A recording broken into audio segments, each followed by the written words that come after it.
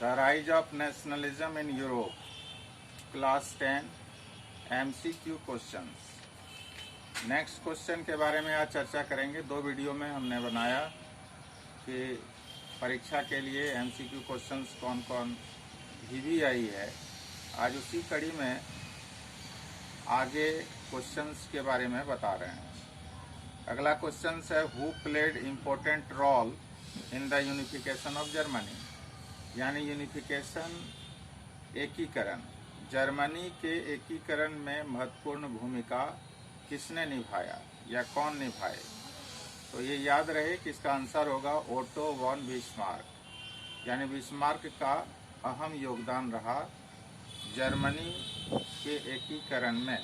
अगला क्वेश्चन है कि which of the following countries known as the cradle of European civilisation. European civilisation का cradle यानी पालना किसे कहा जाता है? तो ग्रीक का, ग्रीक यानी यूनान का सिविलाइजेशन जो है सो सबसे अच्छा माना जाता है यूरोपियन कंट्रीज के लिए। अगला क्वेश्चन है कि who led the movement for the unification of Italy. Italy के यूनिफिकेशन में जो मूवमेंट हुआ था उस मूवमेंट को लीड कौन किया था?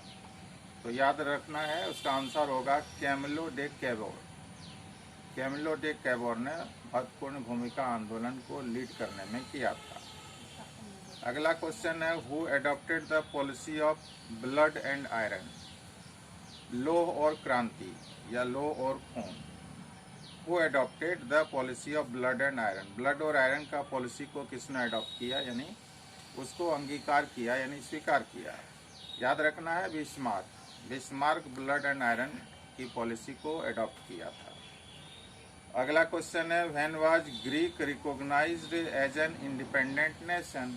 ग्रीक यानी कि यूनान कब स्वतंत्र राष्ट्र बना?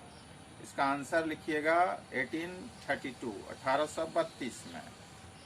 अगला क्वेश्चन है कि the Bismarck who played main role in the unification of Germany was the chancellor of. जैसा कि हमने बताया पहले कि जर्मनी के यूनिफिकेशन में जो मेन रोल प्ले किया था बिस्मार्क था उनका नाम। वो चांसलर किस देश के थे?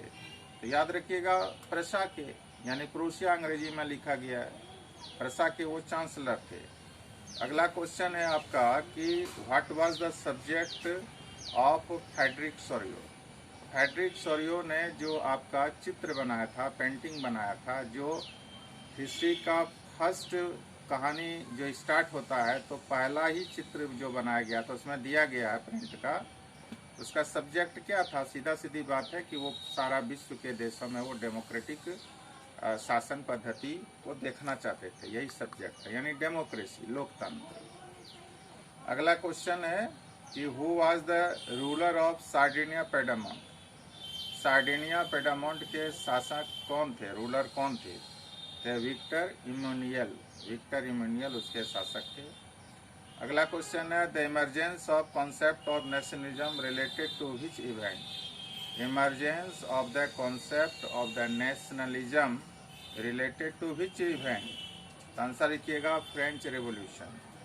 अगला क्वेश्चन है on whose initiative customs union Zollverein was established. Zollverein जो कस्टम यूनियन था वो कहाँ से था? तो प्रूसिया से था। When did the unification of Germany take place, यानी जर्मनी का यूनिफिकेशन कब हुआ? तो याद रखना है 1871 को हुआ जर्मनी का यूनिफिकेशन। अगला क्वेश्चन है first you are human then citizen of any country or else. Whose statement is this, यानी सबसे पहले तुम मानव हो उसके बाद कोई देश के नागरिक हो, ये किसने कहा था? ये याद रखिए कि ये रूसो ने कहा था। Who wrote world encyclopaedia. World encyclopaedia को किसने लिखा? तो डेड्रॉट ने लिखा। डेड्रॉट DIDEROT, डेड्रॉट ने लिखा इनसाइक्लोपीडिया, वर्ल्ड इनसाइक्लोपीडिया। अगला क्वेश्चन है right to vote is called. Right to vote को क्या कहा जाता है? तो सफ्रेज कहा जाता है। अगला क्वेश्चन है when did the decline of Bastille fort occur. Bastille का फोर्ट जो था, जो किला था, वो कब जो है सो डिक्लाइन उसको नीचे गिरा दिया गया था, तोड़ दिया गया था। याद रखिएगा 1789 को। आज इतना ही।